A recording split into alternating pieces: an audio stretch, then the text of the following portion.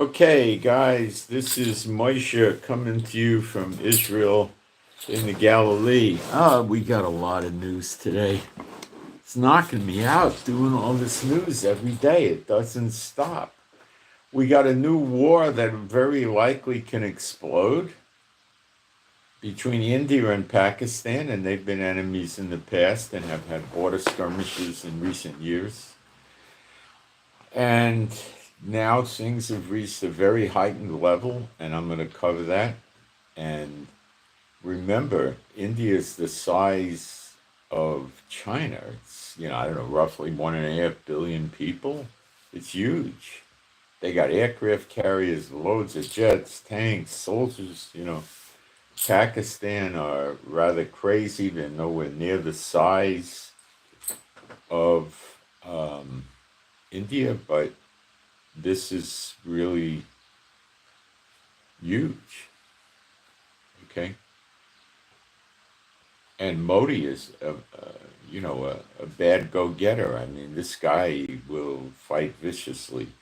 And his idea, from talking with somebody in India who I know who's rather intelligent, the Modi wants to make India a Hindu country. He doesn't have much use for Christians, but his main problem is the Muslims, and they're greatly outnumbered by the Hindus. And a lot of the Hindu Sikh people are pretty tough fighters. They train a lot.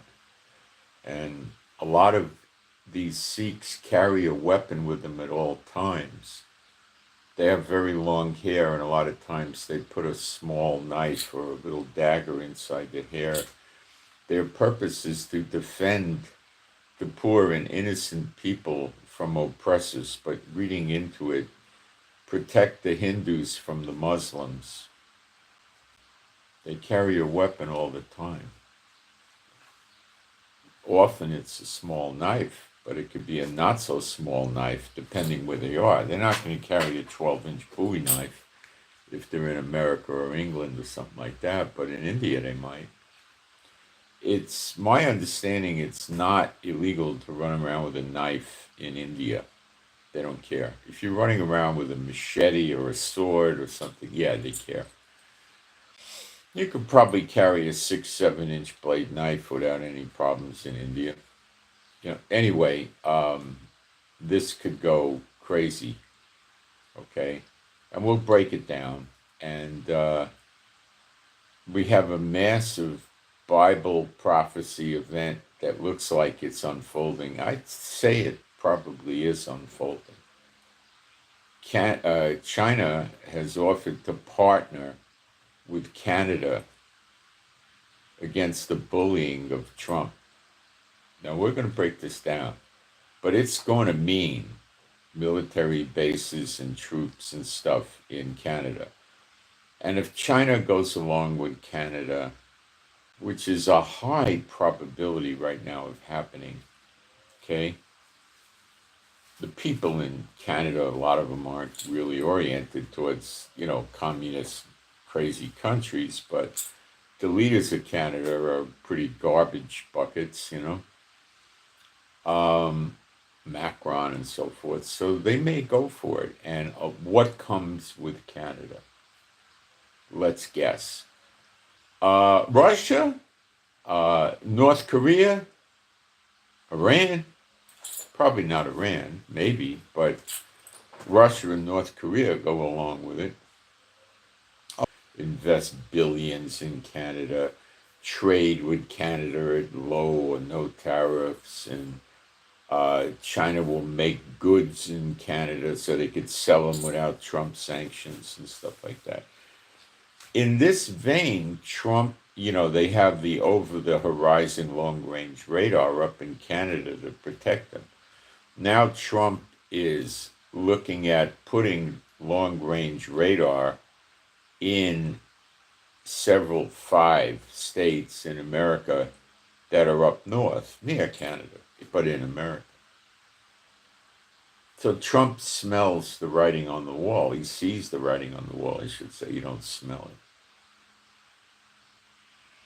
The right wing in Israel is telling Netanyahu that you better put the military inside Gaza and run Gaza on a temporary basis with military rule from Israel. Or if you're not going to do it, you don't deserve to be prime minister. We're going to break the coalition. Ben Gvir and Smotrich will do it, 15 votes. Others will probably join in. That could be it for Netanyahu. What does that mean?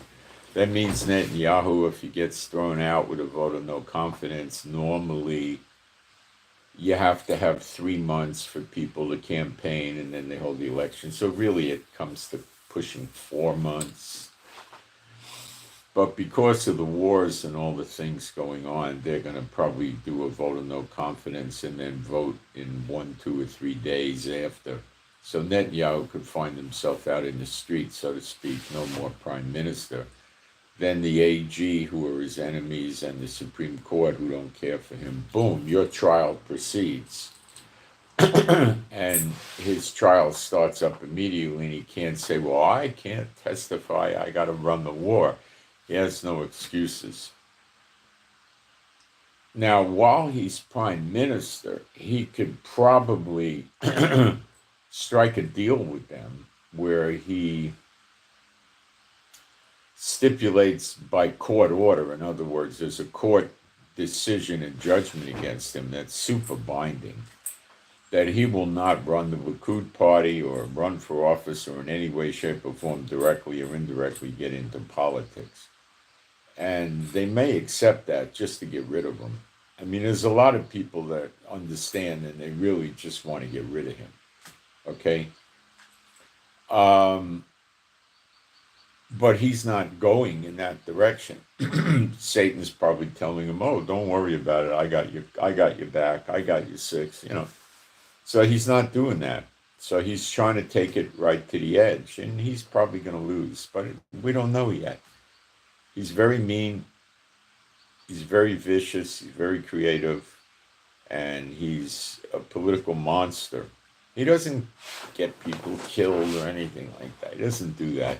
He messes with them politically and ruins their careers. That's what he does. So this would mean that if there's a new peace deal brewing. We're in Qatar. I think Egypt's behind this as well, pretty sure. And they're saying that Israel has to do a 5 to 7 year ceasefire with Gaza, with Hamas and the other lunatic terrorists, and pull out of Gaza completely. And in return for that, you'll get all the hostages, but you're going to have to release terrorist prisoners.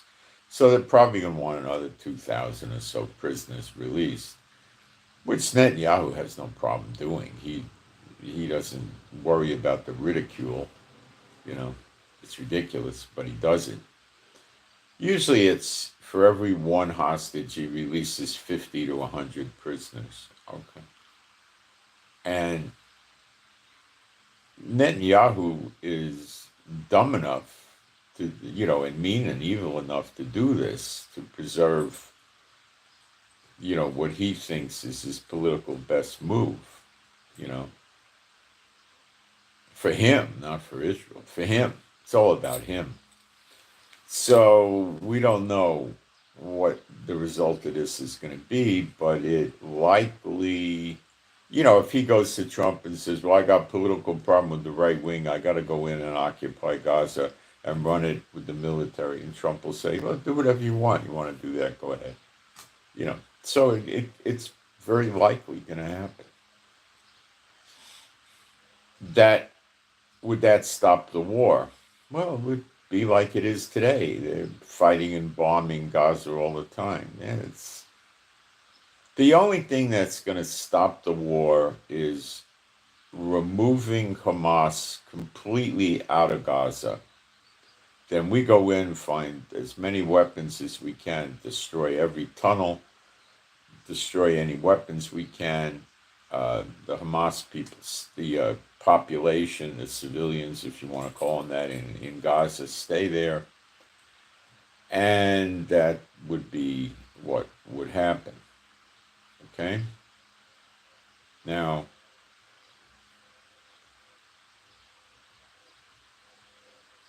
that's probably the way it's going to go because he's too scared to try to see what happens with the vote of no confidence because he doesn't want to go to jail. He wants to keep ducking his criminal cases. He's not gotten rid of the attorney general. He's not really weakened the courts of any substance, and he's not even gotten rid of the Shin Bet guy who's turned against them fully and will probably turn against them even more fully. So we're watching that carefully. So what I'm going to do now, and there's a lot of other stuff, and I'm going to show you some Bible stuff also, and we're going to talk about the days of Noah, and we're going to compare the closing of the door of the ark to the appearing of the Son of Man in the clouds, which is really the same thing. The door is shut when that happens. But we'll get to that later. All right, what I want to do now is go into the live stream. I hope my mods are here. I thank them so much. Before I forget, please try not to use Patreon anymore. I don't have any trouble with them.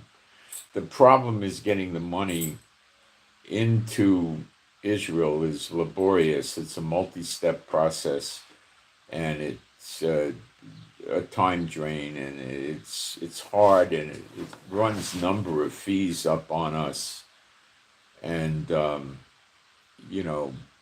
basically there's a Patreon fee. It goes to the bank, then the bank charges fees, then it gets pulled on a credit card in an ATM machine, and there's more fees and currency conversion, exchanging fees, which are high.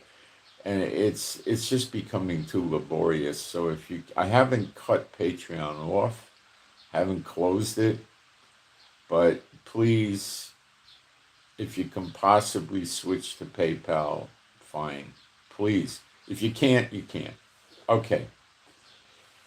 Let's make sure we got a live stream. And I do thank all of you for the offerings. And, Please, we do have problems, but you got to understand, when you're in Israel, there's a lot of people that hate Israel, okay? And when they read the title of what we do, like Ezekiel, Temple Watch, Bible Prophecy, then they hate even more. So we have problems, okay?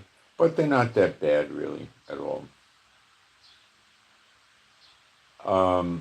There's somebody who told me that they don't want to be a moderator any longer. They just did it one time. And I respect that. And I'll remove your moderator status from you if you would just post anything up in the chat. Then I could easily remove it. It's not so easy otherwise. So if you would do that, I'd appreciate it. And then I'll remove it because I notice you're not posting anymore. And I've been forgetting to tell you that. So you're probably here, and I'll do that if you post up there. So I'm going to put a couple of quick posts up while people are coming in, and we'll go into all these events, okay? And there's a lot of other stuff too. I did an analysis on the boats, the Go Fast boats and the other boats, the other Navy that Iran has, and I was a little shocked to find out what they did with their Go Fast boats, which I understand exceed 1,500. They could be up to 1,840 or 1,850 now, or something like that. And they've installed missile launchers on them. Yeah. Little boats, they look like they're 40, 50 feet. They go 50 knots, over 50 miles an hour. And they're small, and they got different kinds of missiles, mostly anti-ship. Some are cruise missiles they're putting on there, which could attack ships, or they could attack land targets. And they have a range of vicinity of 100 miles, depending on which cruise missile it is. Some of these boats have 2 missile launching tubes, some have 4, some have 8 for smaller anti-ship missiles. And the guns they're installing there are in excess of 50 cal. They look like they're 20 millimeter and 30 millimeter guns. And they don't have a human operator. They're operated from inside the boat with computers, and that would mean radar. 20 millimeter, and I think some of them are 20s and some are 30s. 30 millimeter can really rip a boat up. 20 can cause damage. 30 can be. That's 20 millimeter is like a baby artillery piece. Okay, 30 millimeter is already getting into low level artillery, very low level, but artillery nonetheless. So I haven't seen these new boats with torpedoes, but some of the old ones probably have those. But why use torpedoes when you can launch missiles? And imagine if you had just, these short-range anti-ship missiles that have 8 tubes on the launcher. So if you send 10 boats after a big American ship, you'd be firing 80 missiles at it. Now, when we talk about their drone aircraft carriers, they now have 3 of those. And then we don't know how many missile ships they have. Well, we probably know. I don't think it's very many. It's probably 2 or 3 or 4 or something like that, as a guess, that are converted container ships with missile launchers all over the deck. But how many ships they have that they are container ships, absolutely, and they're full of containers, but these containers got missiles on missile launchers. And how many of those they have flagged under other names in different current countries? I don't have any idea. I don't know if anybody really knows, but it could be dozens of them. They could be used to attack America and other places. So we'll get into some of this. Okay, I'm going to get my posts up now.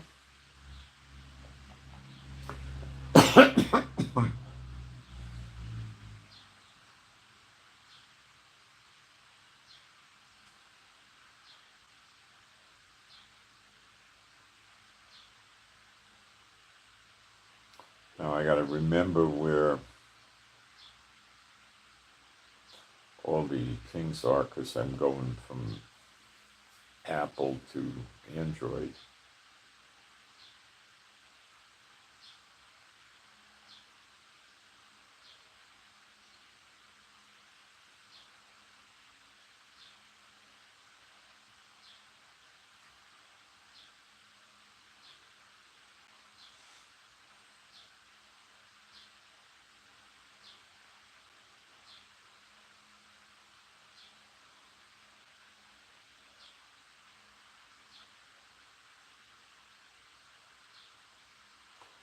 Okay, I got to put my email address up in there, and then we'll get going. Now, the thing with China and Canada is amazing when we get into Bible prophecy, which I'm going to show you. Okay, in Jeremiah 50:51, this is like right out of Bible prophecy. And it's part of the snare on the DOB, America, Jeremiah 50, verse 24, and we'll get into that. Trump did not see this one coming, and it's here.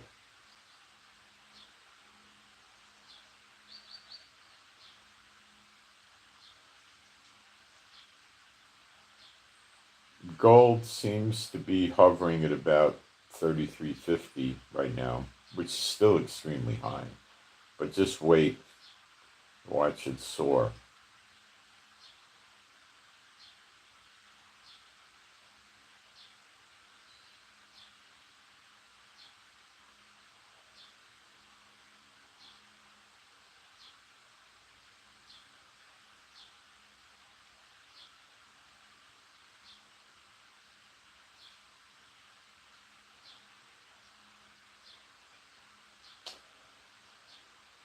Okay, we've got that done, and are my moderators here yet? Let's see.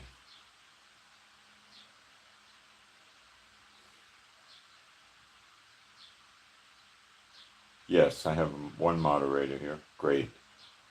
So I don't have to worry too much about people putting nasty things in there. Okay, being a Bible believing site, Old and New Testament, I'm going to do some praise. There is no God like Jehovah. There is no God like Jehovah. There is no God like Jehovah. There is no God like Jehovah. There is no God like Jehovah. There is no God like Jehovah. There is no God like Jehovah. There is no Messiah like Yeshua. There is no Messiah like Yeshua. There is no Messiah like Yeshua. There is no Messiah like Yeshua. There is no Messiah like Yeshua. There is no Messiah like Yeshua. There is no Messiah like Yeshua. Okay, where do we start? So what happened was there was a group of Pakistani terrorists, we'll call them, came into India, grabbed about 30 people that were civilians, had them take their pin. They didn't take the women and children and kill them. They separated them. They had the men take their pants off to look for circumcision because many of the Muslims get circumcised as boys. And they were looking for Hindus and non-Muslims. And they executed them at close range with rifles after they realized they were not Muslims. Modi, not being a village idiot, realized that if he does not respond to this harshly, immediately, they will interpret this as a sign of weakness and keep doing it. Okay? He's right. Netanyahu doesn't respond correctly. Modi did. The measures he took were massive, and they will likely lead to war, or Modi will have to rescind them. The Pakistanis went to the UN Security Council for an emergency meeting, which I think is today. If not today, it might be tomorrow. I don't know. By the way, today is National Holocaust Remembrance Day or Memorial Day. And at 11 o'clock Israeli time, they're going to blow air raid sirens. Okay? So we'll probably be on the air and you'll probably hear it. We're not under attack. They do this every year. People stop their cars on the highway and the roads. Everybody gets out and they have a period of remembrance. It's a minute or 3 minutes. I can't remember clearly. And then they blow the siren again that it's over. So this is not a war. It's not an attack. That's what it is. Okay, so just to tell you. We still have a lot of Holocaust, thousands of Holocaust survivors in Israel. They're generally 80 to 90, they're in their 80s or 90s. They do get some provisions from the government to help them. You know, they get, and there's private charities that help them, so it's rather easy for them to get a Meals on Wheels type program where an organization sends somebody to the house, usually sometime in the morning. I guess it's going to vary, maybe between 8 o'clock and 11 o'clock or something like that.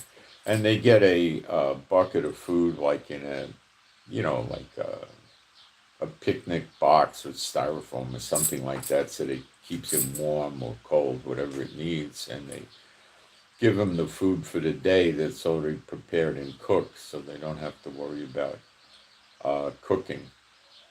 And they then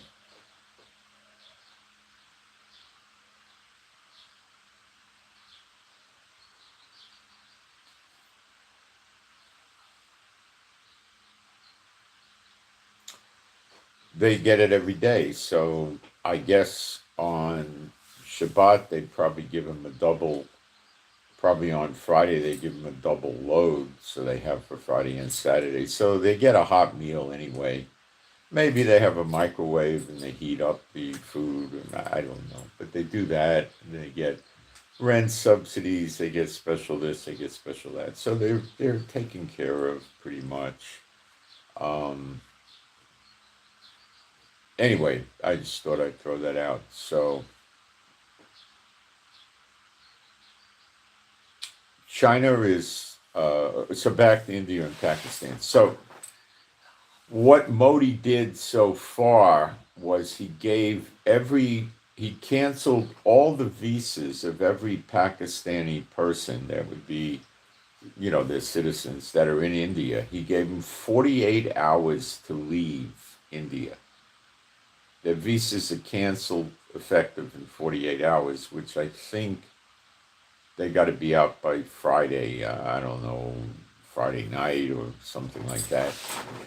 And if they don't go out, they're basically in the country illegally.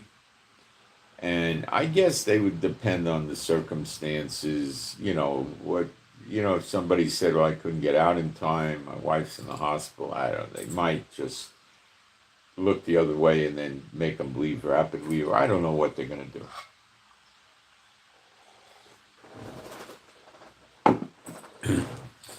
I don't know how many there are, but it could be many thousands.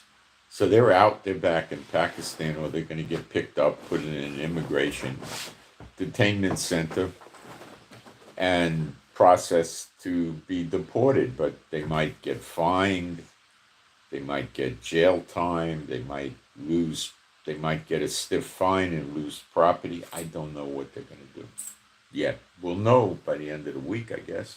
By Saturday, we should know. Now this is the big one. There's some water that India has, and they made a treaty with Pakistan about 1960, I think, where they gave a very generous amount of water from these rivers to Pakistan. And this is 70% of the Pakistan water. And they use this, of course, for drinking, and very importantly for agriculture to grow food. 70% of their water comes from this. And Modi canceled it. He said, that's it. You don't get the water anymore. So I don't know how he'll stop it, board it up, divert it. He'll figure something out, I'm sure. That means Pakistan is sucking wind for water. Okay? That means Pakistan would go into an artificial drought, you might say, be unable to do artificial irrigation on their crops, and they would just be up the creek without a paddle. And he did it. It's not that he said, I'm going to do it. He did it. Modi did it. It may be in effect right now, but he did it. It's not a threat. Okay? And then he put the military on alert. Pakistan put the military on alert. There were some other measures he took that weren't so severe, but this is why Pakistan is going to the UN Security Council. Now, India does not have a permanent seat on the Security Council of the UN. China does, Russia does, America does, the UK does, a few others, right? For the UN to do anything, in other words, the UN or the UN Security Council can issue writings, pieces of paper. We condemn this, you must stop. Oh, it's meaningless. And to enforce a decision, like raise an army from the member UN states and go down and enforce a decision, they need 100% vote from all the members of the UN Security Council. So I would say there's about a 98% chance that Trump would veto any action against India, probably 99.9%. Why would he not do that? It's a wonderful opportunity to promote low tariff trade with India and get closer to India, which would make massive amounts of money for Americans and American companies, and Modi would benefit too. So, but the other side of the coin, that even if it didn't happen, how the heck is the UN going to fight against India? So at this point, we need to take a look at the size of the Indian military so you understand what you're dealing with here. It's the size of China. Okay? Modi is not like China. China has got a lot of political divisions inside the country and they fight with each other and they're not so unified. Modi is running like a dictator. He's not literally a dictator, but he's sort of like a dictator. Like a Netanyahu type character, but maybe worse. And he's vicious. This guy, you must understand, people's always a Hindu, and he's going to sit there and go, hold his fingers together or some stupid thing, or the sound of one hand clapping like this or some moronic stuff, right? No, yeah, I mean, he goes through the motions of that, but he's a Satan bot, believe me. And he's vicious, okay? He has no problem murdering millions of people. Don't get this guy wrong. That's his front, okay? He is a Satan bot through and through. So let's take a look and see if we could get some numbers. I know he has multiple aircraft carriers and stuff like this. I don't know how Pakistan could hold up against them. Iran certainly in these days, with the problems they got, is not going to go mobilize and help Pakistan. Oh, they might send them a few dozen missiles or 100 or 200, but they're not going to. I don't know who the heck's going to come help Pakistan. I really don't know. I don't know who the heck would do it. The Taliban hate them. They'd love to go. They have a border with Pakistan. If India goes in, I don't know if Taliban and India would hook up together. Taliban is Muslim and India is Hindu, but they would. I think their real enemy is Iran, but I think there's not much chance of that, an alliance of the Taliban and India. I don't think so.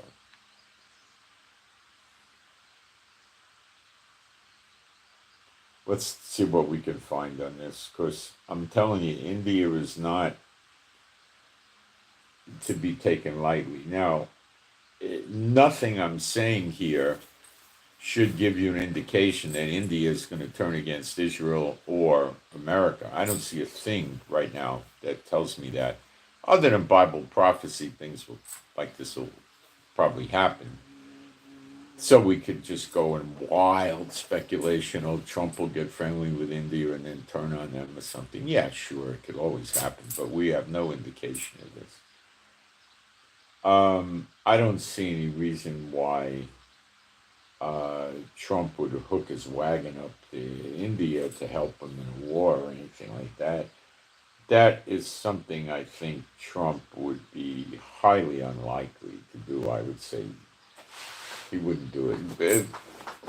Shutting the UN Security Council off from bothering India, yeah, that he'll do in a heartbeat. That's cheap, and it can promote trade, and that's what Trump's interested in. This site's not doing me any good. Let me find another site.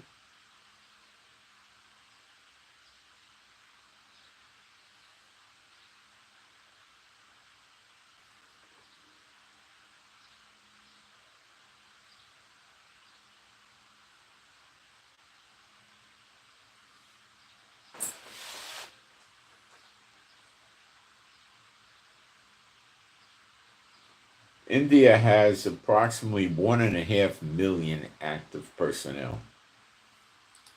Do you know how big that is? That's big. They also have a reserve force of 1.15 million. So when you put the two together, you get about 2.5 million soldiers in India.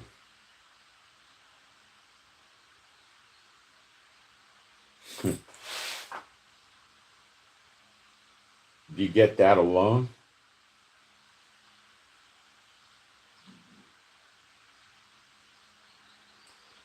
India comes in place number 4 in the world for military power.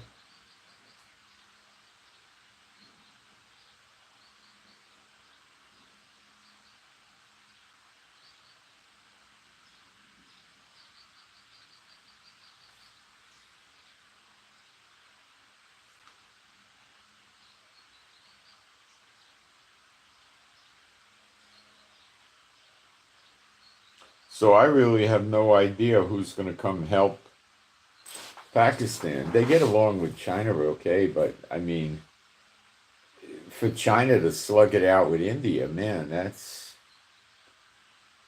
pretty dumb, because Trump will move on China like a bolt of lightning if they do that.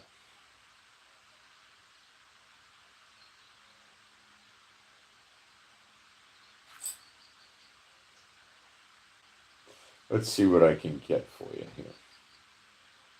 I'm going to global firepower, but they changed a lot of stuff around there. I don't know if they're any good anymore. Let's see. I think I can work with it.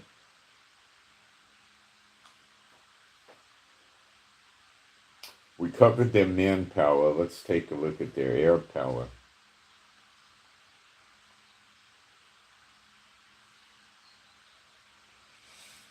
They have 513 fighter jets. Total aircraft 2,200. They have 6 tanker refueling planes, 900 helicopters. They're not lightweight.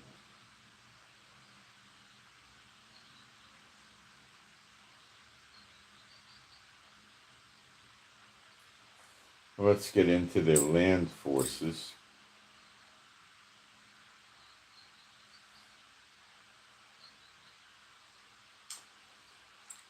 India has 4,201 tanks. That's a lot of tanks. 150,000 roughly vehicles. 100 self-propelled artillery. That's not a ton. 264 rocket artillery. That's probably mobile. Let's look at their navy.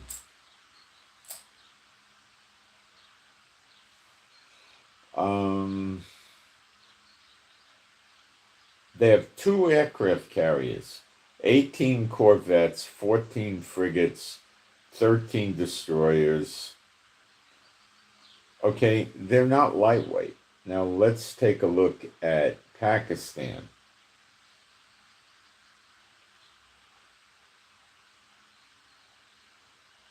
Remember, they have a border,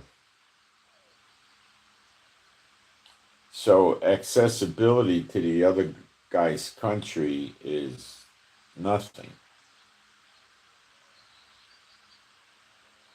That works both ways.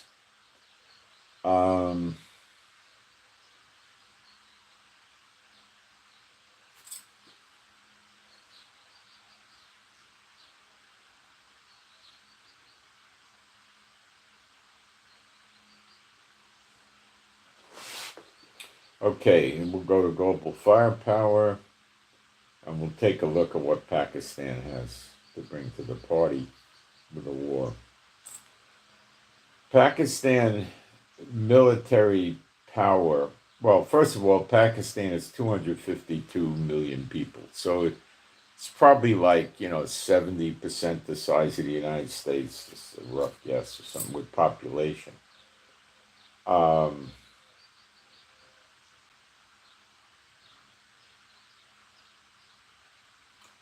654 active personnel and 550,000. So it's roughly about half the size of the Indian military. Half. That's a significant difference. Now, in addition, they have 500,000 paramilitary. So they're up there a little bit better. They're probably maybe 65% of the, or 70% of the military of India. They're up there. They're pretty into war and preparatory, actions for war. Um,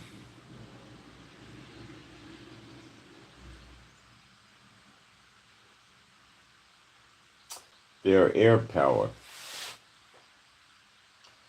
328 fighters,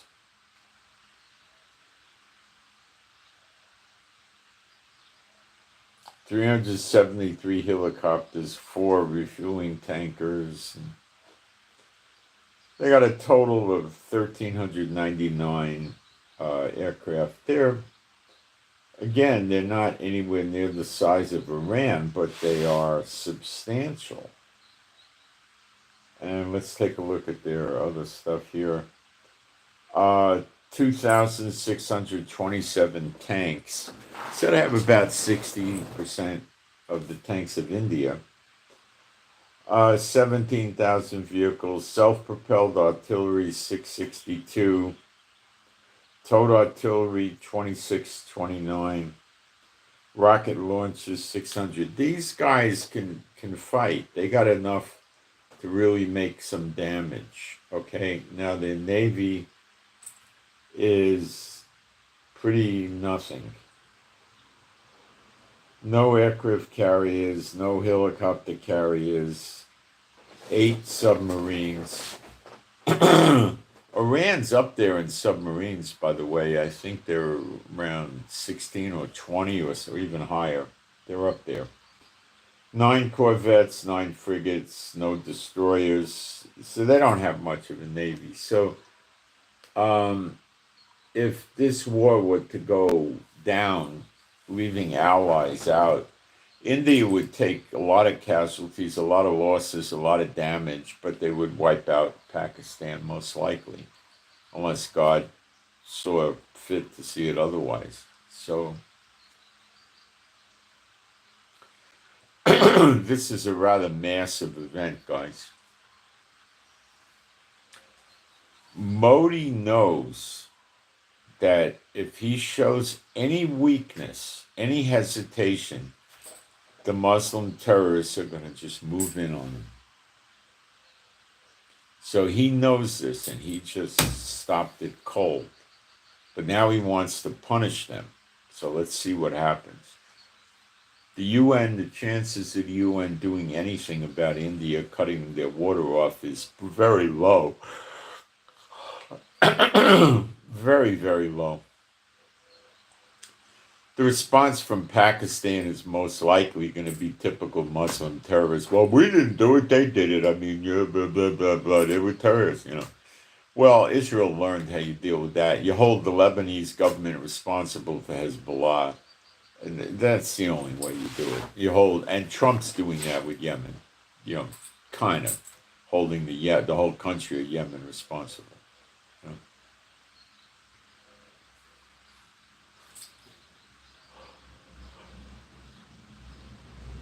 Could this simmer down with apologies from Pakistan, compensation, or do that?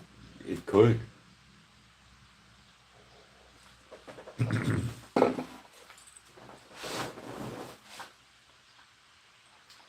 But we know what the low chances are of ceasefires and peace deals is in these end times.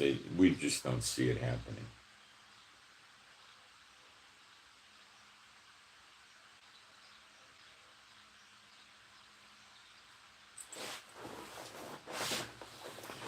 I'm trying to find myself a cheap watch, like a Casio or a Citizen or something like that, that will show the moon phases correctly.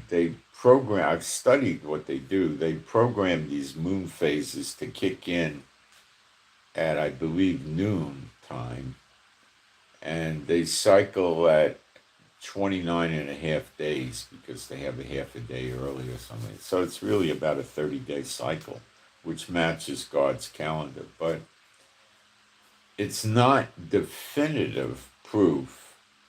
Even if you bought a watch for $100,000, a fine Swiss watch or Patek or something with moon phase, it's not going to. First of all, the digital Casio and Citizens are more accurate than the manual, watches that they make for fortunes. But it doesn't tell you, oh, we just hit the new moon sliver. No, you can't say that because you actually have to spot it according to the Bible. That's the Holocaust.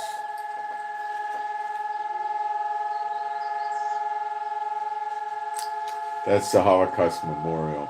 Oh, they did it at 10 o'clock. Sorry, it's at 10 o'clock. Usually it's at 11, I thought. No Air Raid Holocaust Memorial Day. Beulah's howling along with it. Beulah's observing the Holocaust Memorial Day. So you might want to, pray for the Holocaust survivors in Israel.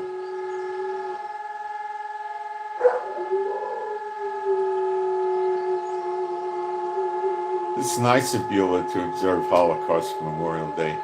I don't know if I should keep talking because won't come through, so we could wait. And I'll be right back while we wait. It's at least a minute.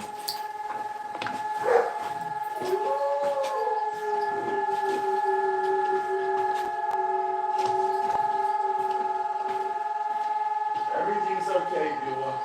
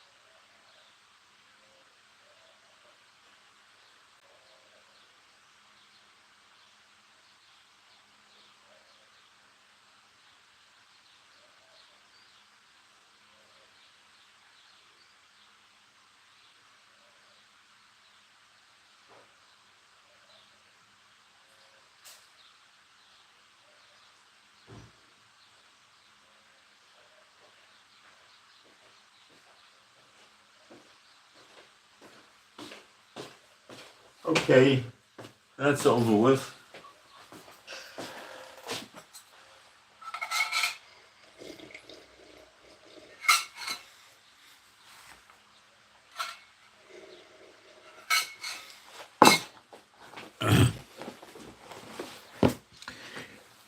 Oh,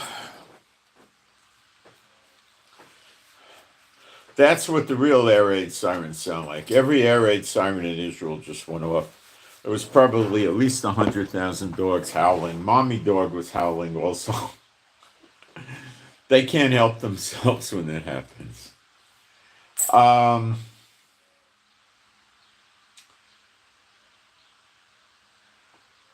So we got to really, and I will be watching this India-Pakistan war very carefully because it's really an anti-Muslim war. And I'm going to pay attention to that. Where the Ukraine-Russia war is not driven by the Muslim stuff, it's driven by, political, economic desires. That's it. So I will be covering it if it really goes. It looks like it will. Modi's too smart to play, the let's give peace a chance song. He's, more or less into, bomb Iran. He's indirectly an enemy of Iran because Iran is an aggressive Muslim terrorist nation. But he has to buy oil from somebody, so he'll buy from Iran. Trump's oil, why Trump could sell oil to Modi, but I don't know. Modi's a massive consumer of oil, just like China. I don't know if Trump could export that amount of oil or not. I don't know. What's the chat telling us? It's 10 a.m. The time's 10 in the morning.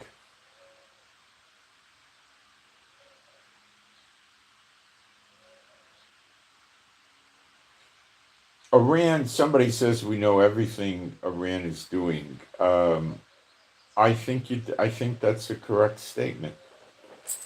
But what Iran just did, since Israel's been threatening them for a few weeks, is they've fortified some of their nuclear facilities on the outside. I don't have the exact details, but I imagine it was probably many feet of hardened concrete or whatever they did. I don't know. They could have took earth movers and put, 300 feet of dirt around. I don't know what they did. Okay. But I'm sure Netanyahu does.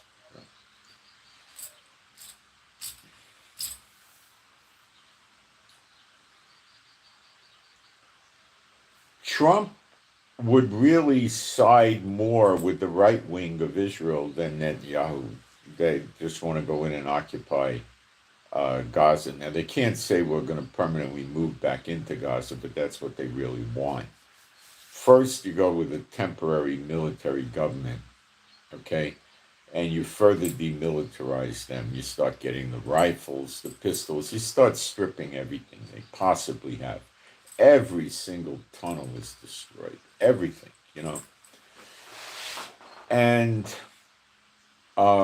you'd have to get Hamas out of there. You'd have to either have Hamas dead or out of there. You can't keep them there, okay? And what would happen after a few months when the weapons were, cleaned up and the tunnels were dead, they would start moving Israelis in there as settlers. And how would that work? Well, generally they would be able to buy a house there. It would start with mobile homes, not motorhomes, mobile homes. They would go in and people would live there. They'd set up electricity and plumbing and water. And they would put them in communities that would be heavily fenced and secured with patrols. people with rifles, radios to the military and the police. There wouldn't be police there, just military. And those people would be able to run around When you think armed. of countries that produce great watches, Thailand probably isn't the first to jump to mind. But Wise Watches out of Thailand has been. They would go with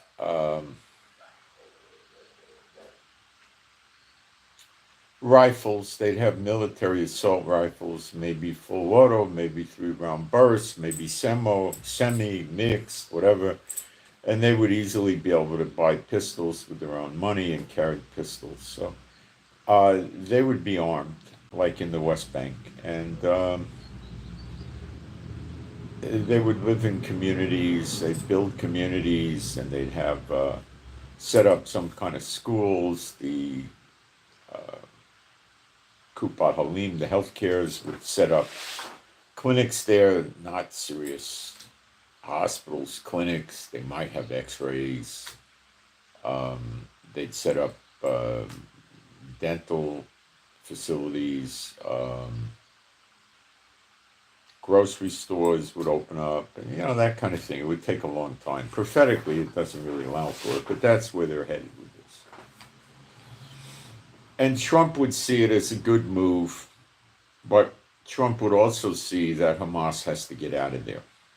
Okay.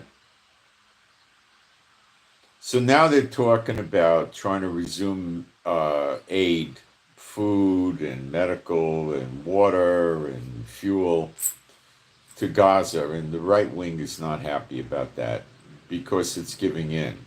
And the government is saying, well, we'll have the military distribute it to the population and make sure Hamas doesn't get it. How the heck are you going to do that?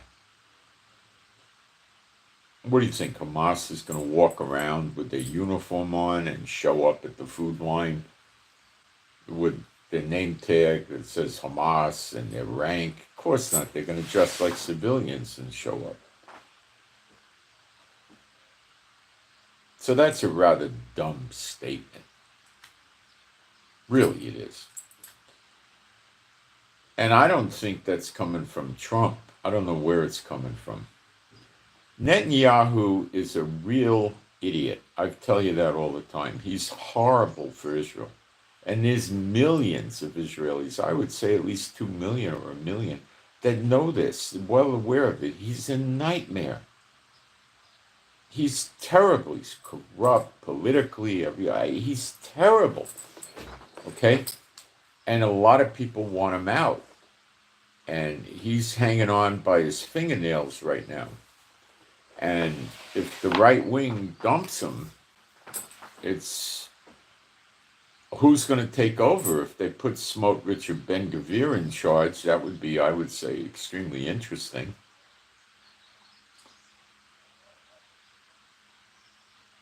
What they would do is tell the Gazans that we've lined up 500 tanks on the border with barbed wire on the front of the tanks.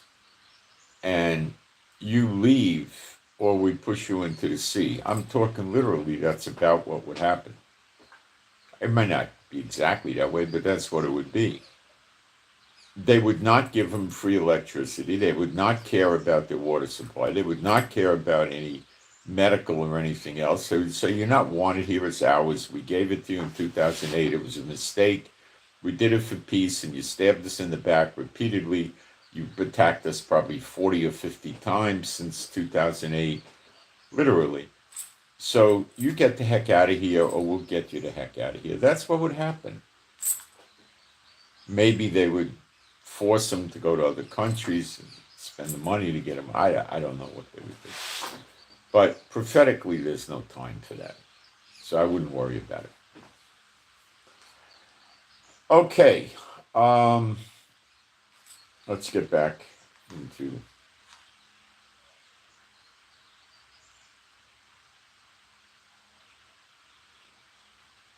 some of the other events going on, which we have no shortage of. We do have a few prayer requests here, I believe. Yes. Okay, the first prayer request is for KL. Kilo Lima. KL. Kilo Lima. The prayer is to toss KL. Toss on KL. And the prayer is for healing and to know the Lord and walk in the true gospel. For KL, Kilo Lima, toss, and then prayer requests for healing and to know and walk with the true, to know the Lord and walk with the true gospel. DL, Delta Lima, DL, Delta Lima, toss, simple toss.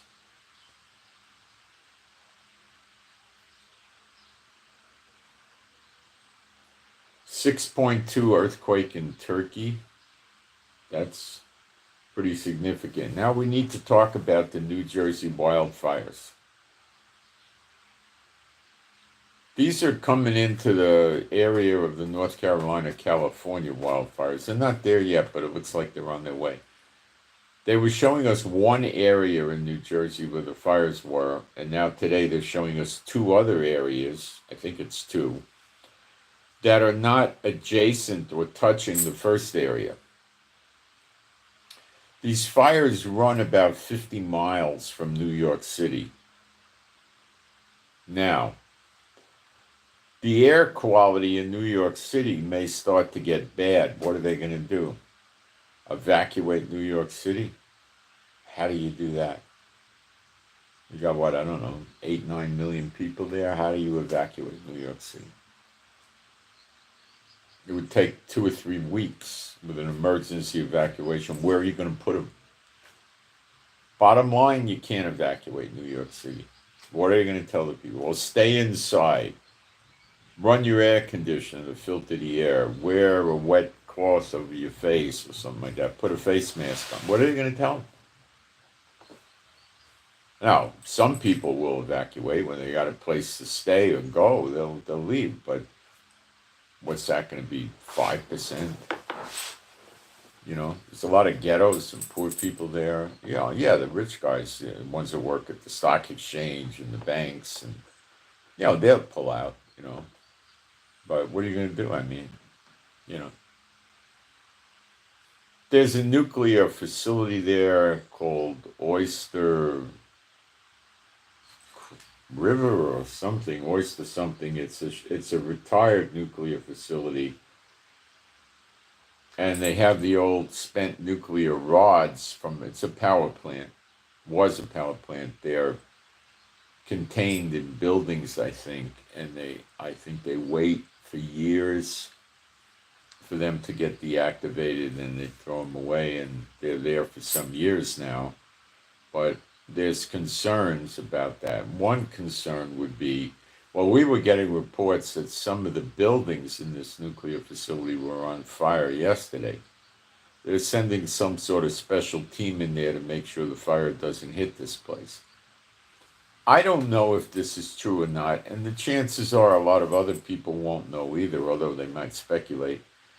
If massive fires come and there's a lot of burning and heat, these rods may get to a very high operating or very high temperature, and they may start emitting fumes or gas with nuclear material in the air. Is this possible or impossible? I don't know. But I would have to say it certainly could be possible, right? And I don't know how dangerous this nuclear material really is, but it may be not a threat at all. But regular fire air quality destruction, that is a reality. Oh yeah, that's real as rain. That could happen. Don't think in North Carolina, California, it happens too. Now, New York City on its own has a lot of smog because you've got a lot of vehicles on the streets. You've got a lot of, air conditioning running or heat running, and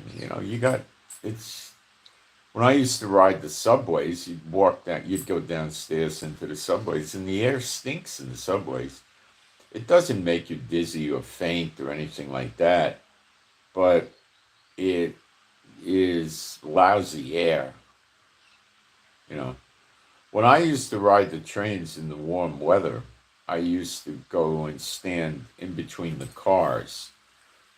There's a platform that has a flat side and then it has a curved thing, and it's about 2.5 feet or 2 feet wide at its widest, and there's were handles you could hold on to. And I would, and the cars were a few inches apart, and I would just stand outside and in the warm weather and get the breeze. And when you came out of the tunnel, like I lived in the Bronx, so basically in the Bronx and in Brooklyn and in Queens, you don't go underground. You're above ground. They call it the L, meaning elevated. And then I'd ride on there, and we'd have a lot of fresh air blowing in your face. It was nice, especially in the hot days. Now they air condition the subways, but they stink. Oh, do they smell?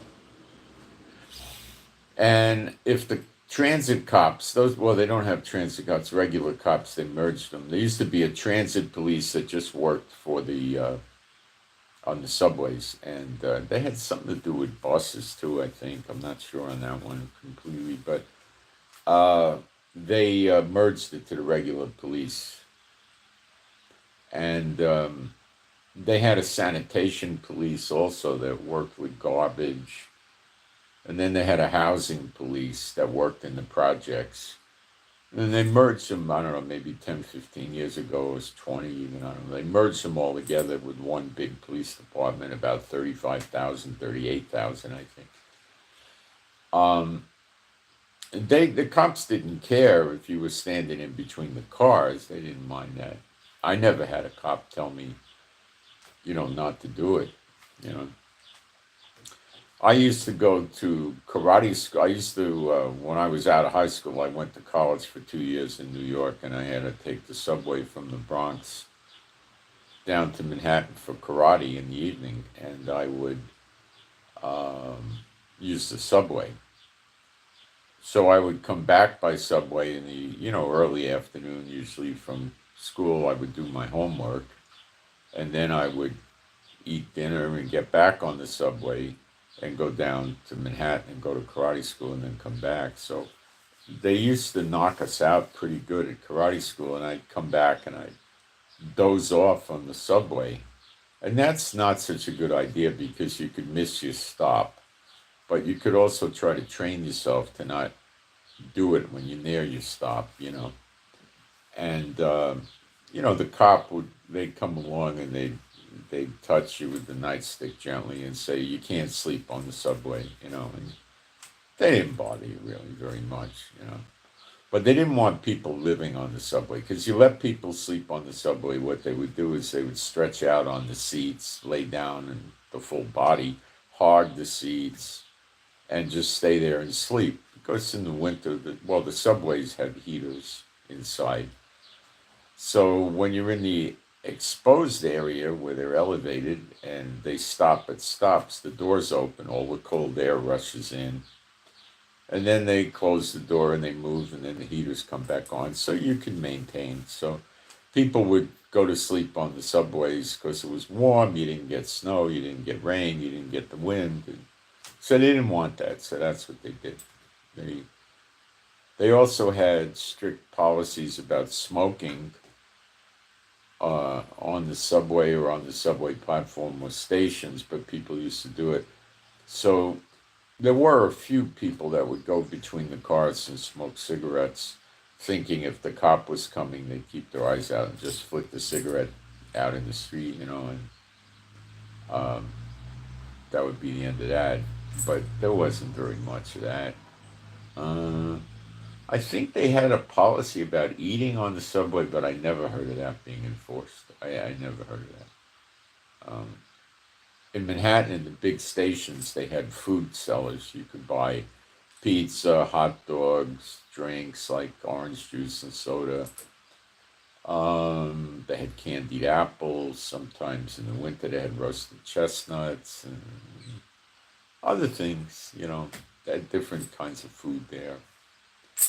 So I don't think that was seriously enforced or anything. So anyway, the air quality is bad in New York all the time, and if this fire starts getting there, it could be a problem. It's also near Connecticut, too. The tri-state area is New York, New Jersey, and Connecticut. And it could get over there, too. So they're keeping things quiet about this fire right now, but it looks like it's got precious little containment, if any, right now. The soonest they could expect rain is, I think, Saturday. But are they definitely going to get rain Saturday? I don't know. Is it going to be a big rain? I don't know. I don't think anything like that. I think they're worried badly about this. People's houses have been burned, lots of evacuations, and it's spreading. There's a military base near there about 15 miles from the fire. That might be down to 10 or 11 miles or 12 miles by now. I don't know. I don't know. But it was 15 miles yesterday, I'd say. And they keep a lot of munitions there for Navy ships. Massive amount. Huge, right? So if the fire gets there, there would be massive explosions from secondary explosion from the explosive.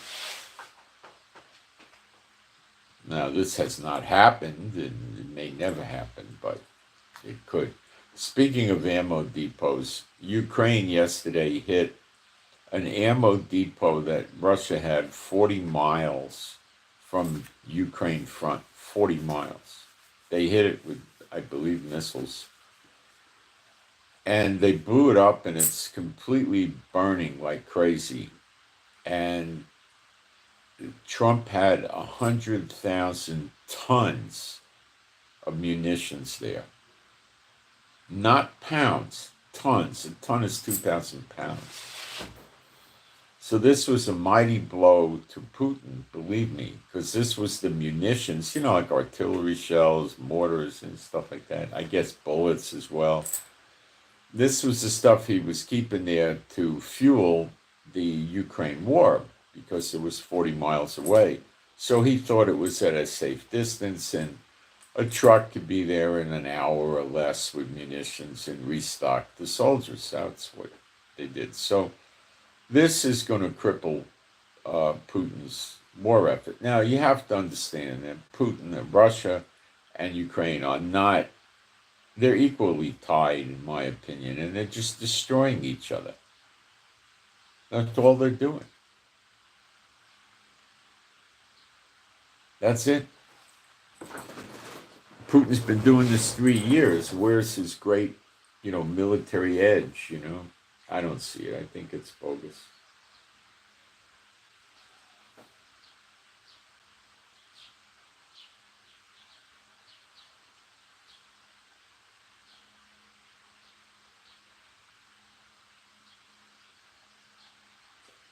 The United Nations energy chief is going to visit the Iranians to discuss monitoring their developments of nuclear material.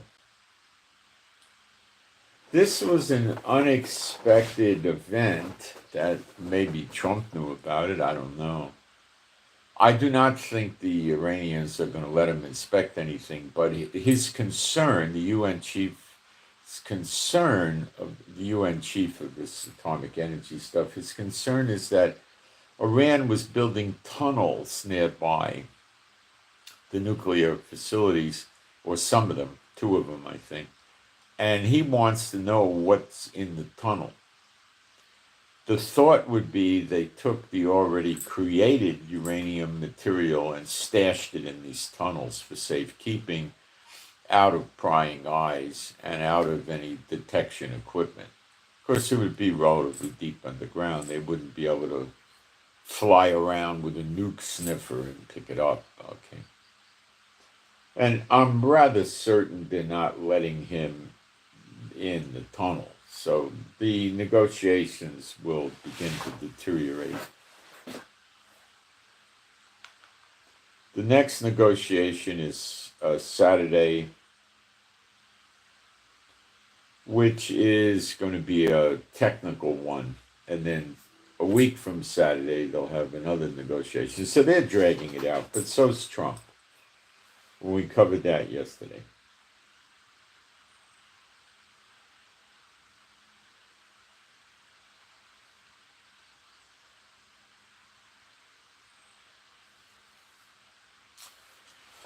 Now, I told you that the idiots in Gaza said they have 30,000 in their ranks, and they're going to do another October 7th style ground invasion into Israel. In other words, just rush the border. An IDF general told the people living in Gaza yesterday that another October 7th style attack from Gaza is a possibility. Actually, he spoke of it in the plural. So they may not be interested in throwing 30,000 at once. Mind you, the 300 or 400 top people in Hamas, mostly Satan bots, are going to stay behind and secure tunnels underground while this happens. They're not going to be exposed. They may not do one big wave. They may just take, 5,000, 10,000 at a time and try to run in and learn how Israel deals with that.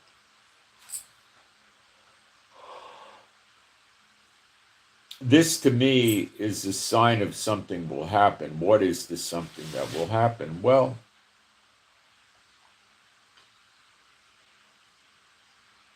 evacuations, where the government will pay for them to move into an Airbnb in a lot or someplace else.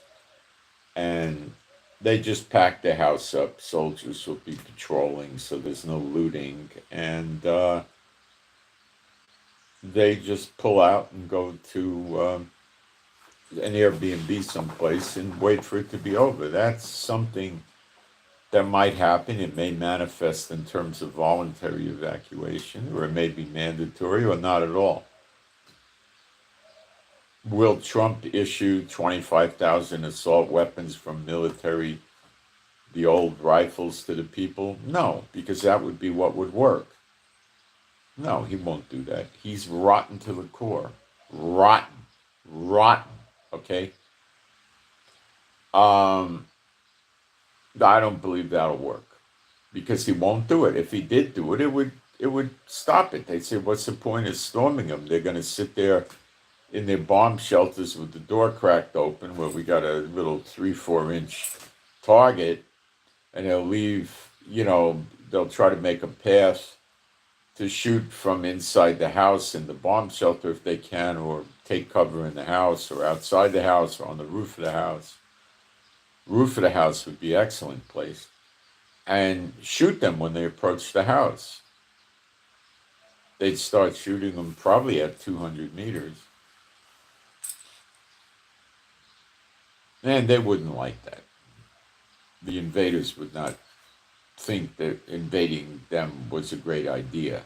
But they know they don't have guns for the most part, so they invade them. It's sick. Pistols would help. You couldn't shoot them at 200 yards, but you could shoot them at 20, 30 yards and scare them enough to get them to back off. They're not going to come 15 feet from the house, because you're just going to go boom, boom, boom,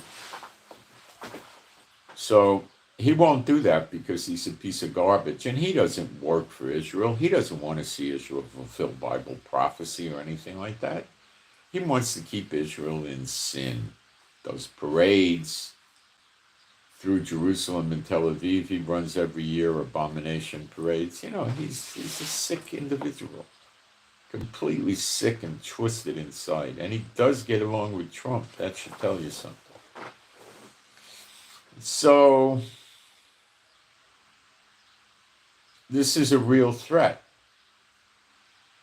The other thing he could do is deploy 300 or 400 tanks down there, and that'll mitigate it a lot, and another couple of hundred, patrol vehicles, Humvees and things. That'd help. Mortars, artillery, that'd help. You know, put landmines in the border, that would help. A lot of things he could do, but this jackass Netanyahu may do nothing. What does Satan want? Satan wants Israel destroyed. There's no Israel. There's no temple. There's no place for Elijah to work. There's no nothing. He can go about his merry way and stay out of the pit. That's what he wants. So any world leader serving him that doesn't want to destroy Israel becomes an enemy of Satan. Do you have that yet? Can you figure that out? Okay.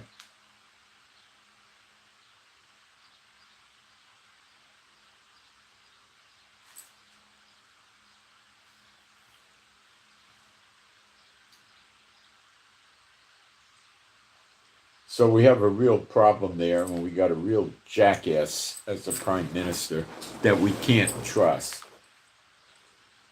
I don't trust him anyway. In my opinion, we can't trust him, and that's an opinion shared by at least 1 million Israelis, I'm sure, as a guess.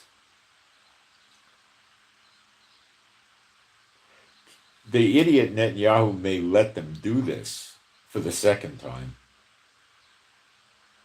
because 10, 20, 30,000 of the Gaza civilians would come with the Hamas. And then he'd have further excuse to go back and finish bombing. He's that sick. Did it once, he could do it again. These are Iranian go-fast boats that they have are a very bad threat now. They're way, way more modernized and advanced than what they used to be. And there's not that many of them that are that big. They look like they're hovering around 50, 60 feet, maybe less even in some cases. They got all different kinds. And they're converted civilian vessels, I believe. Very scary because of the amount of them.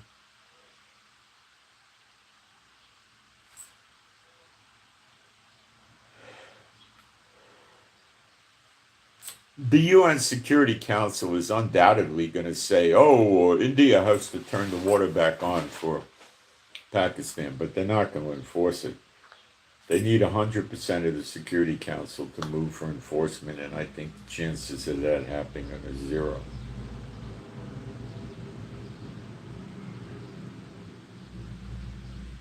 The UK can veto it, Trump can veto it. I don't think it'll go through.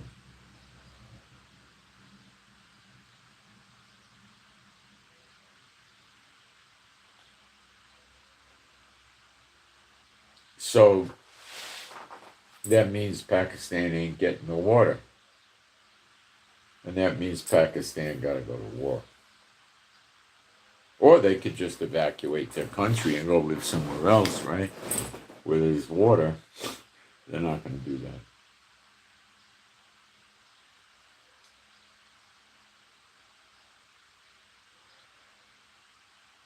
Smotrich and Ben-Gvir are likely going to try to put pressure on Netanyahu through publicity in the media to issue firearms to everybody in South Gaza, but Netanyahu will be resistant.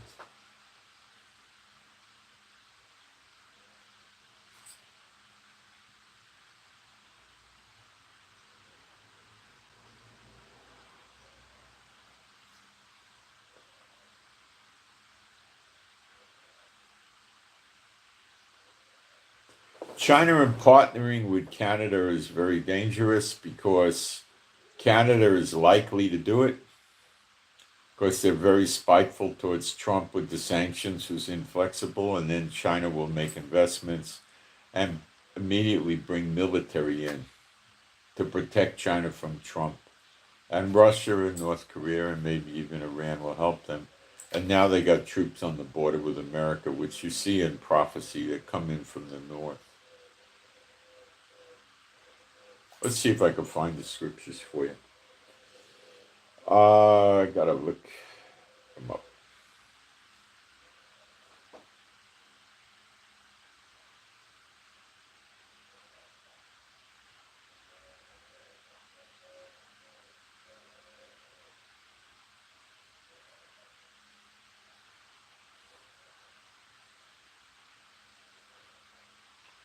Give me a minute to find these.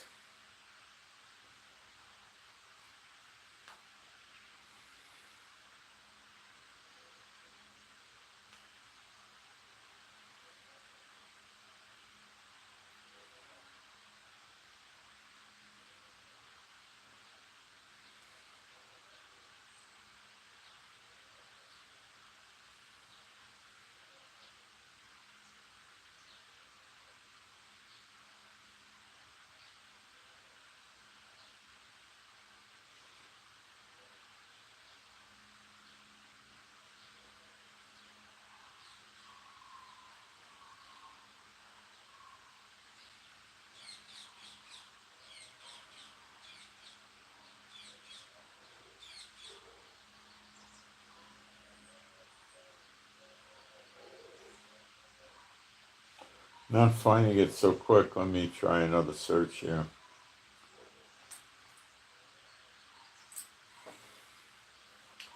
I just found it. I believe it's Jeremiah 50, verse 3. Let's go there.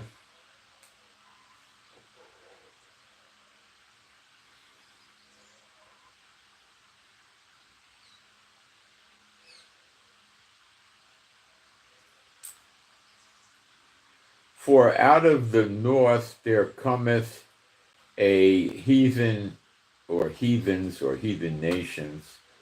The word is goyim, against her, which shall make her land desolate, and none shall dwell therein. They shall remove, they shall depart, both man and beast.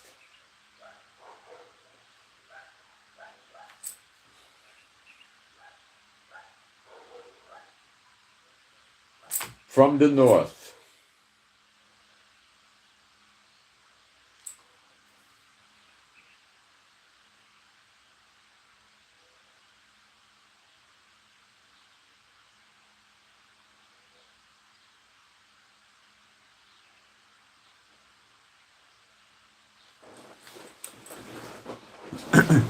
What's north of America but Canada, right? Now we got other scriptures we need to look at too, which I'll bring up.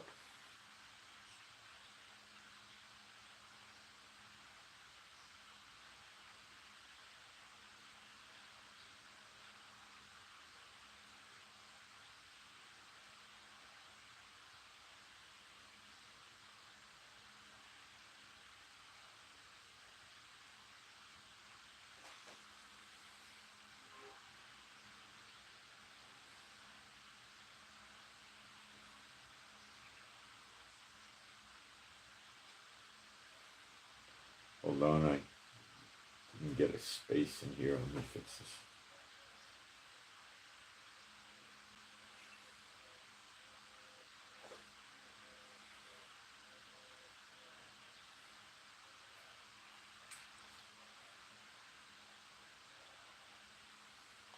It's Jeremiah 50, verse 26.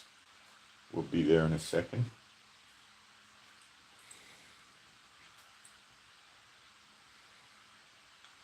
Come against her from the utmost border. Now, let's break the words down from the Hebrew for utmost border. The first one is 4480, which is min, which would mean from. The next word is 7003. I'm sorry, 7093. And that word is ketz, and that means end. Well, let's see how Strong's uses the word in English. Extremity. So there's two ways of looking at that. One is we could say Alaska, which has no direct attachment to the 48 states, is it the utmost extremity, or we could say it's the northern border with Canada. So Russia could easily go into Alaska across the Bering Straits, which is 40-something miles, and drop down into Canada.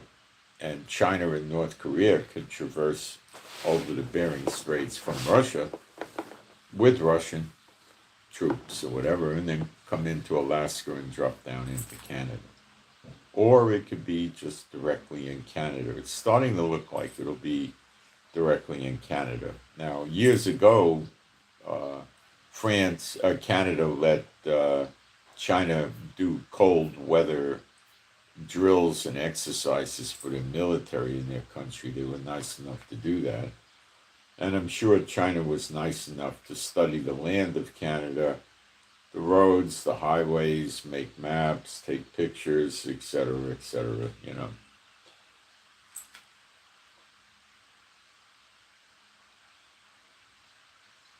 Could be. I'm looking at Canada very seriously right now. And then we have Jeremiah 50, verse 24, which is something many people want to go into denial about. But they got to understand, they got to trust the Lord, even if it means leaving your country. I have laid a snare for thee, speaking to the daughter of Babylon, America, and thou art also taken, O Babylon, and thou wast not aware, thou art found and caught, because thou hast striven against the Lord. He's using Israel as a proxy. Biden did it, Trump's doing it, they're probably going to use Israel to open up the war on Iran and all this stuff, you know. So he went on a tariff war with Canada, and now it's backfiring. Why didn't he think of this? Why didn't he figure this out? Why is he doing this? He's in a snare. He doesn't know what he's doing, clearly. He doesn't know. I'll be back in a second. If it gets buffering, just hang on. I'll fix it when I get back. I don't expect it, but it could happen.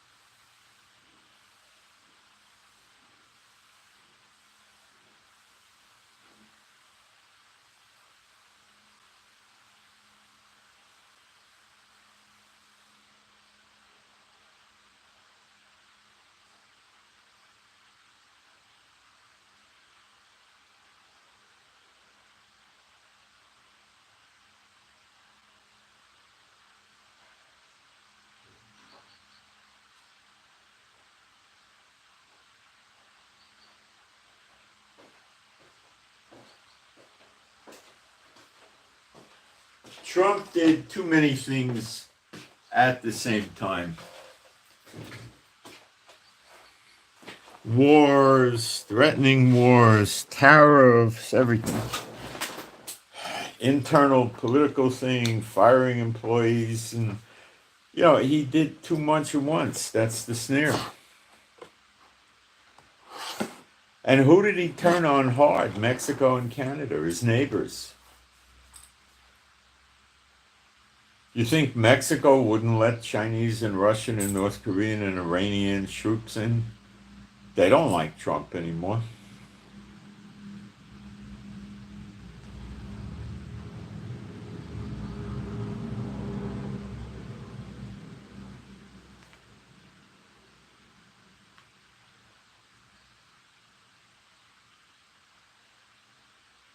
Syria is now seeking good relations with Israel. They arrested a bunch of people in the Islamic Jihad organization in Syria, and they're saying they're not interested in jihad and they want to calm down with Israel. They mean it, but I don't think they really mean it. They might mean it temporarily.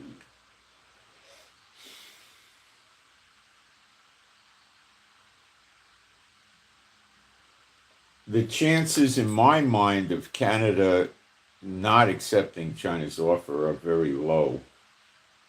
Trump may threaten Canada if they do that. He may say, if you bring Chinese troops in, I'll attack you, or take Canada over and annex it by force. He may do that. I didn't think he would do it before, but this might be a red line with Trump. He may try something like that.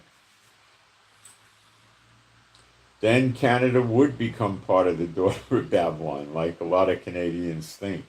It's not part of the daughter of Babylon now. I don't think there's enough prophetic time to this. Things are happening pretty quickly. Now, let's talk some Bible stuff. God, it says in the Bible in several places, he blinded the eyes and stopped up the ears of the Israelites. And this was for the 2,000 years found in Hosea 6:1 and 2, the punishment, which began in 70 AD. Okay? So we read in Daniel 9:24, there's two 70s. The first was probably from when Yeshua was born, which was probably the year between BC and AD, which would be 0 year. And then 70 years later, the Jerusalem got destroyed and a lot of Jews were killed. Okay? That was probably the first 70 years. Because why? Because it was a testing, a trial for Israel. So they were given 70 years to repent, and a lot of believers did, and they left Jerusalem before the attack because they were told to, and and they didn't get anything bad happening to them,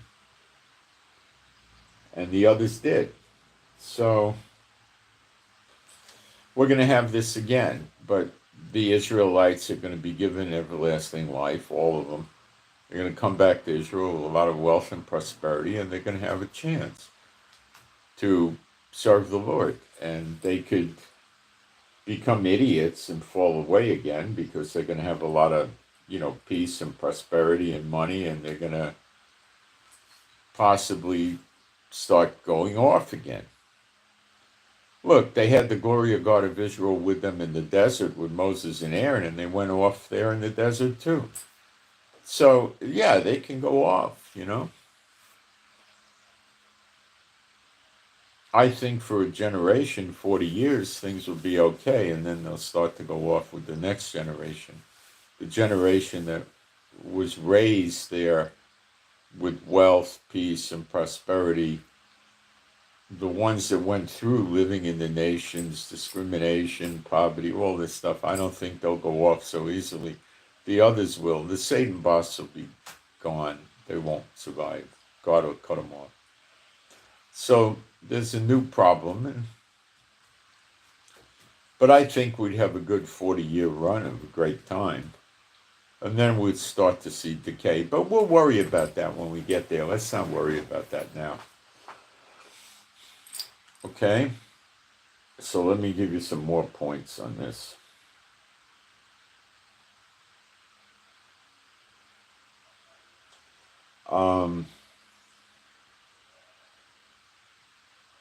I'll look up the scriptures for blind their eyes. Let's see if we can find those.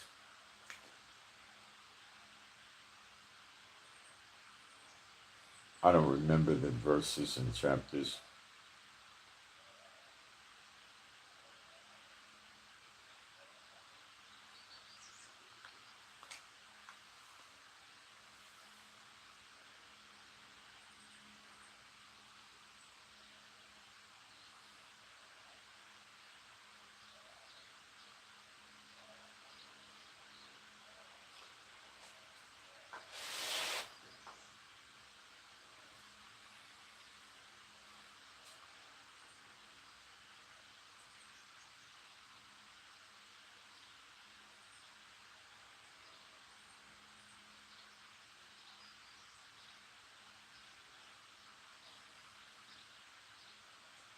Let's look at John 12:40.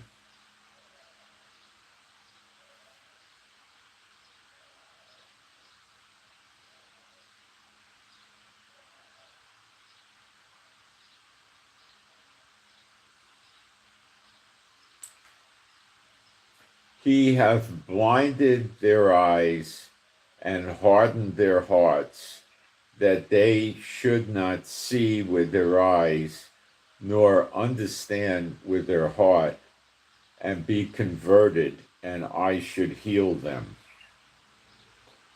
These things said Isaiah when he saw his glory, the glory of the God of Israel, and spake of him. Nevertheless, among the chief rulers also many believed on him, but because of the Pharisees they did not confess him, lest they should be put out of the synagogue. It's like that today, isn't it? And it's like that in the churches. Start talking about the true gospel in the churches and see if they put you out. Now, for those of you who don't know it, I'll read Hosea 6, 1 and 2. Hosea chapter 6.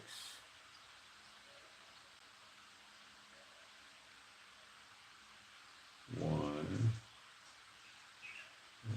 Wrong one. Hosea 6, 1. Come and let us return unto Jehovah, for he hath torn and he will heal, he hath smitten and he will bind us up. After 2 days, remember Peter said a day is like 1,000 years unto the Lord, so the punishment on Israel was not 48 hours, obviously. So it's 2,000 years. But it's when he says 2 days, it's not a precise, 70 times, 2,360-day years that the Bible uses. It's not that precise. So we don't know exactly when it's going to happen, but it's in the vicinity of 2,000 years. So we're there now. After 2 days, will he revive us? That means bring to life. That's the everlasting life. That's not a rapture. In the third day, that's the millennium, he will raise us up. That's not a rapture. He'll raise you up like you'll stand up, and we shall live in his sight, because we're living in New Jerusalem along with him, with Yeshua. Okay? And this time period is about up. When is it up? It's up on the day of redemption. What's the day preceding the day of redemption? The day of vengeance. We're in the year of recompenses. He's paying the nations back. But he hasn't done the vengeance yet. Gaza's a dump, but they're not dead. Not all dead. Hezbollah and, southern Lebanon's been ruined, but Hezbollah is still walking above ground. Syria stopped fighting with us, but they're still walking above ground. Same with Iraq, same with Iran, same with Yemen. Okay? They haven't been extinguished or cut off yet. They will. That's the day of vengeance. And most people don't believe God could do all of this in one day, but watch him. People are soon going to learn how powerful he really is.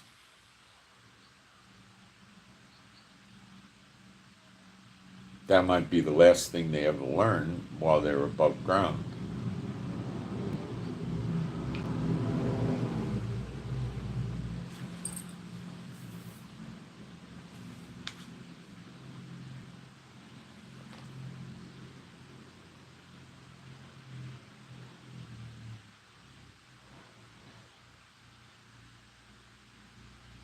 So because they had the Romans kill the Messiah, they got a 2,000-year punishment.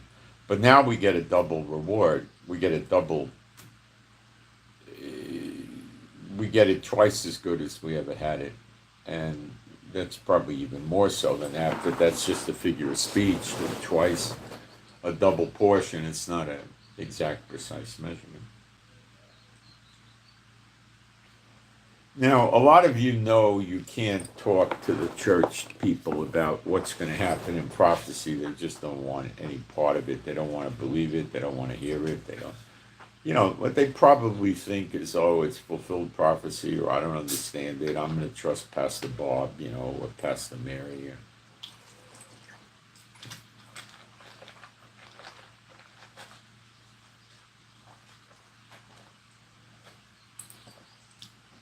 But don't be afraid to tell them these scriptures, read them, the scriptures, tell them,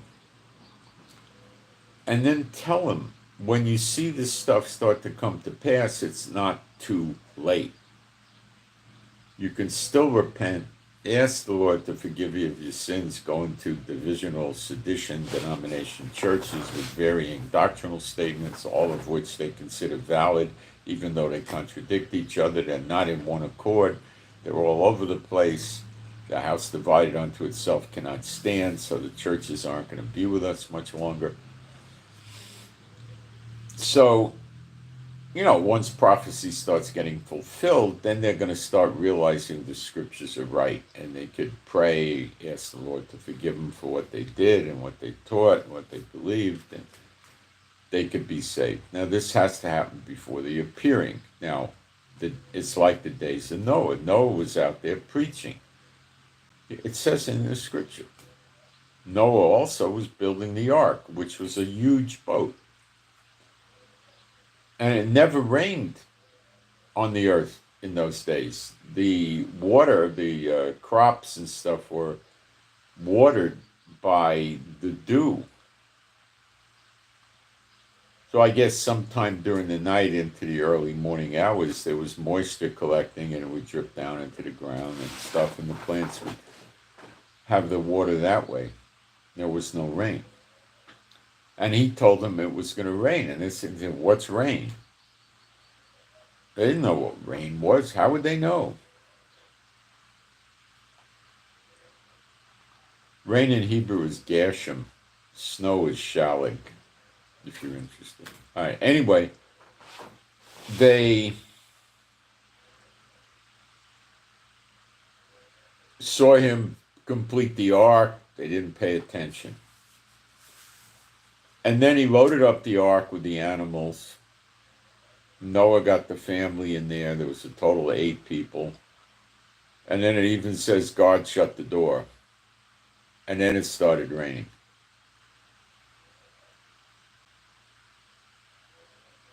Once God shut the door, remember it says he pushed the door close to the ark? Once God shut the door, the path to salvation was cut off. It was finished. It was over. You got it? For those days, not forever, for those days. And the people that were not in the ark died.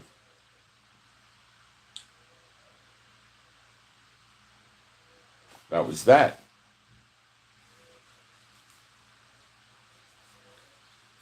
The appearing of the sign of the Son of Man is like the closing of the door of the ark. That's when it's finished.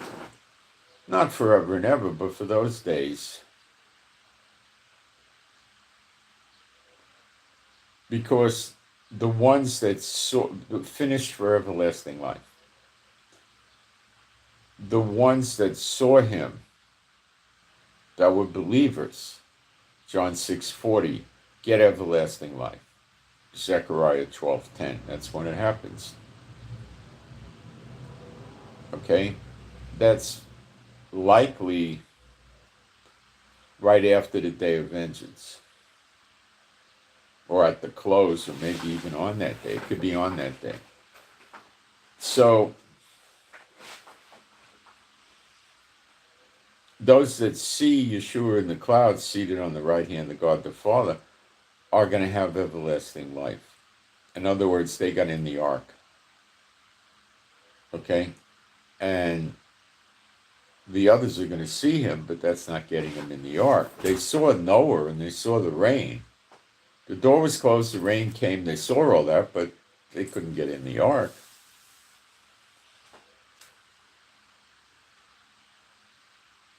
So once the appearing is finished, well, they don't have everlasting life. Could they still attain salvation? Probably.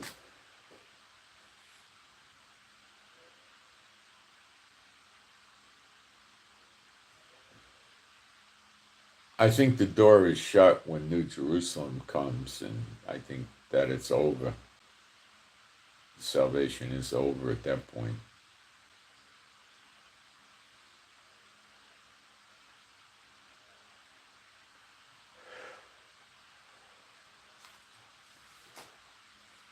So by all means, tell them the scriptures, tell them this. They'll think you're crazy.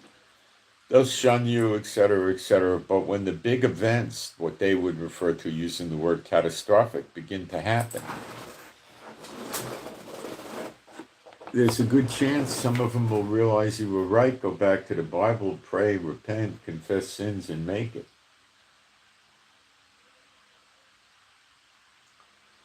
Now, we think things are taking a long time now, and I think that myself, but you got to remember what Jehovah's doing. He's working salvation out for many, many, many people right now. And it's taking its course, but he knows what he's doing. We don't. And it'll all work out just fine. Those that trust in the Lord, those that wait on the Lord shall not be disappointed. And we're waiting on him. That's the scripture. And you won't be disappointed. And it's hard to wait. I know. I agree it is hard. But we got to do it. We got to walk in faith and patience and just wait. And we'll be not disappointed, believe me. There are still a lot of people that should be saved. They're on the elect, and they're not there yet. And it's going to work out. God always makes things work out. All things work to the good for those who love the Lord.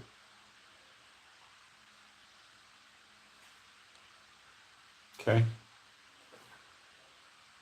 So we got to do our part. Try to spread the gospel as best you can. Okay? Try to help them. Try to show them what's really going on when the catastrophic events start coming in.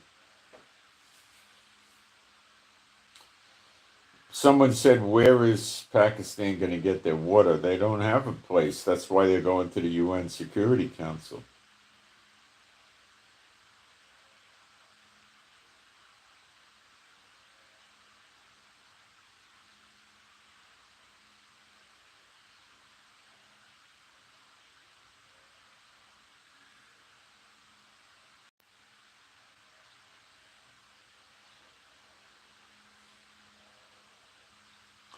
All right.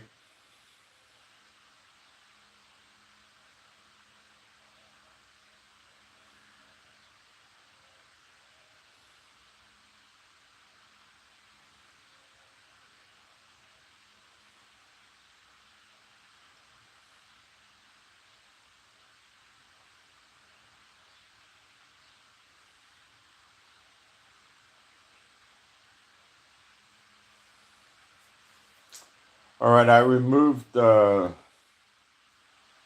think I removed the moderator that wanted to be removed. I believe I did. Okay.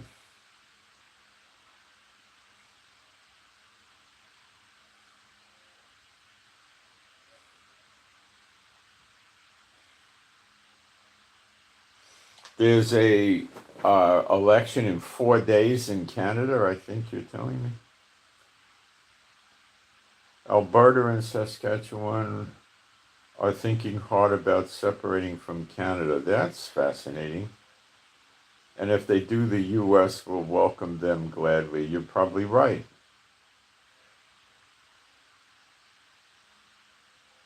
It's very realistic, yeah.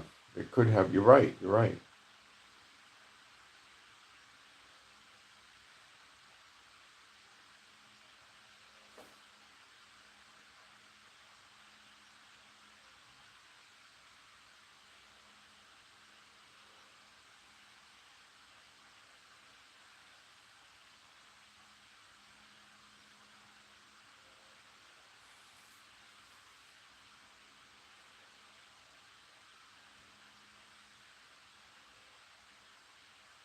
Yeah, the UK is talking for global warming, blotting out the sun. They're crazy. That's like, spraying clouds in the sky, or they're nuts.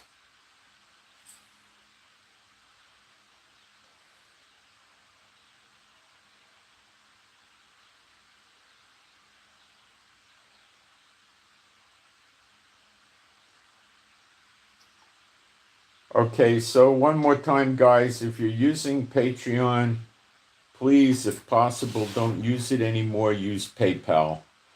Okay? I still have it. I don't have any trouble with them, but it's just a pain in the neck and an expense, and the money goes to the US, and then I got to get it over here. And I'm pretty worried about having money in the US right now. Okay?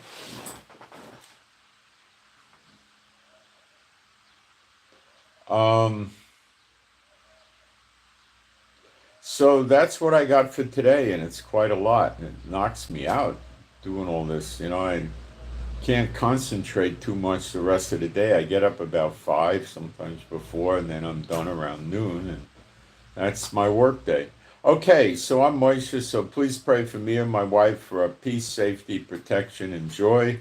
Pray for our healing, pray for our finances, pray for our animals and pets to be happy, healthy, and whole. They're all rescues. Beulah did jump the other day, but I did make a repair, and I think I've thwarted her again. And I think she does it because she gets frustrated. I've got to spend more time with her, cuddling her and petting her. And I think she needs that. She yearns that. Pray for when my wife is here, she sleeps in the bed with my wife most of the day. So I don't do that. I don't let the dogs in my bed. Pray for better Bible studies and more insights into prophecy. And make sure you pray and read the scriptures every day. I would suggest you do that. Pray for the peace of Jerusalem. And I send my shalom to all those who love Yeshua HaMashiach. And I hope you got something out of this. I'm keeping a close eye on what's going on with China and Canada and Asia Pacific and Europe and, of course, the Middle East. And